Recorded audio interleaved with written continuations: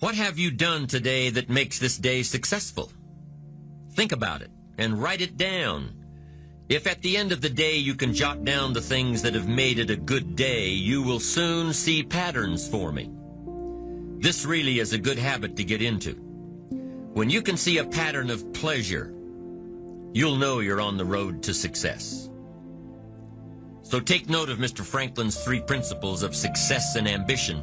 Number 1, big achievements come one small advantage at a time. One step at a time, one day at a time. Number 2, you have the power to mold your life, to make it whatever you want, to shape it and reshape it. And number 3, success is measured through pleasure. This is the key one.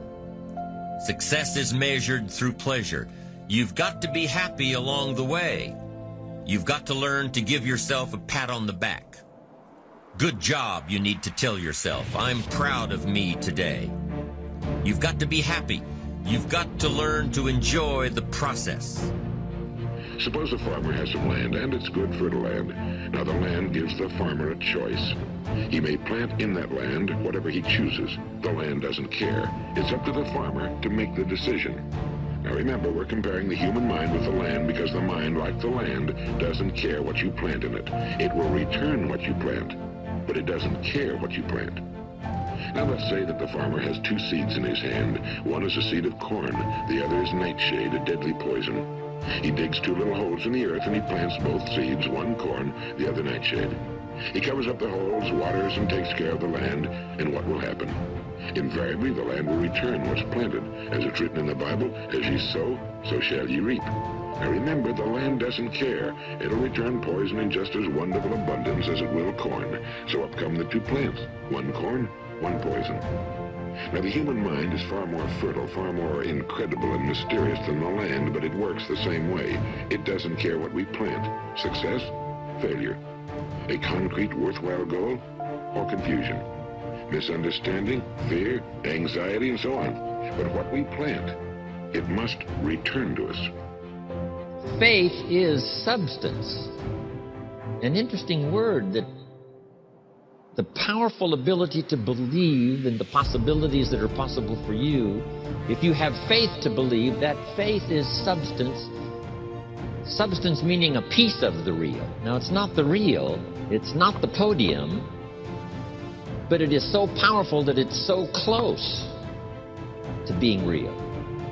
So the writer said the faith is a piece of, the substance of, and then he called it evidence, substance and evidence. So it's difficult to call substance and evidence nothing.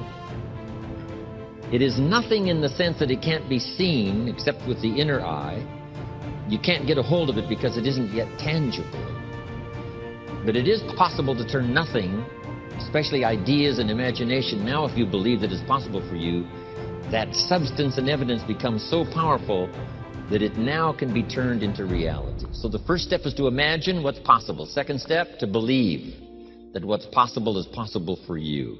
Now here's the third step, and that is to go to work and make it real. If, however, you stop at sowing the seed, you will get just about as much harvest as a farmer would get if he should sow his seeds without preparing the soil, without fertilizing or cultivating it, or keeping down the weeds. It is the blending of the practical with the ideal that brings the harvest from the seed thought. You must keep on struggling toward your ideal, no matter how black and forbidding the way ahead of you.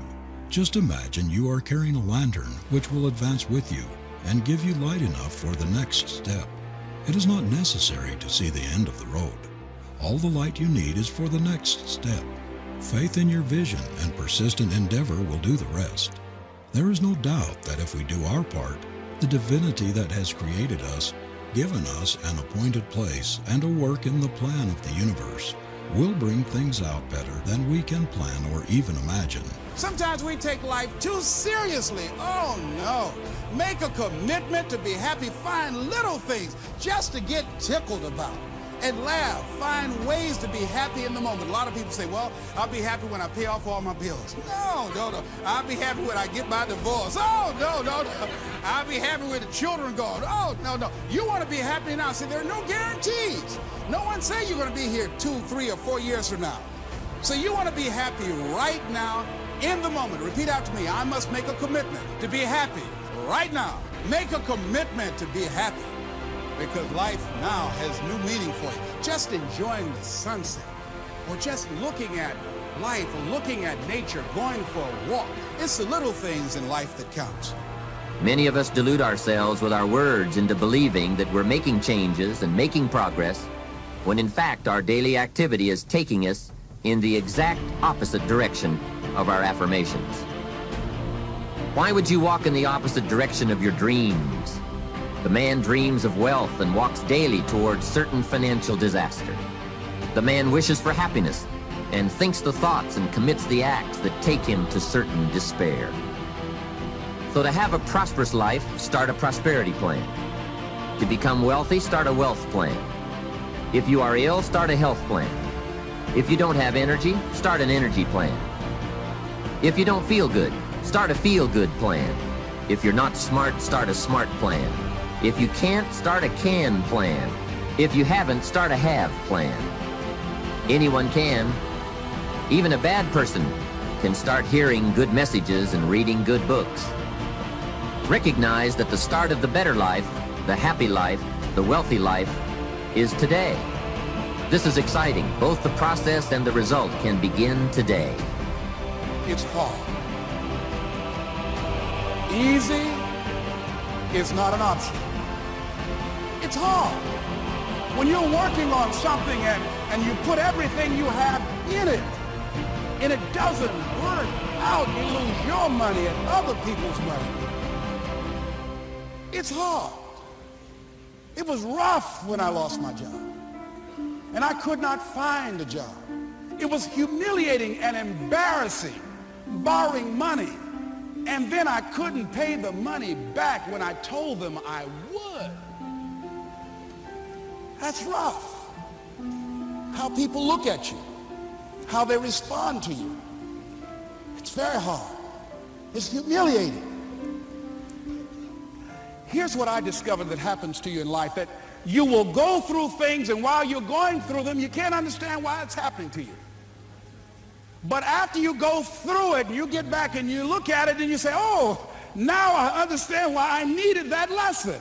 That as you go through the challenges of life and you look at it and embrace whatever comes to you, don't run from it. Step toward it. Don't try and duck it like most people do. See, most people want it easy. See, easy come, easy what? Easy go. I got better.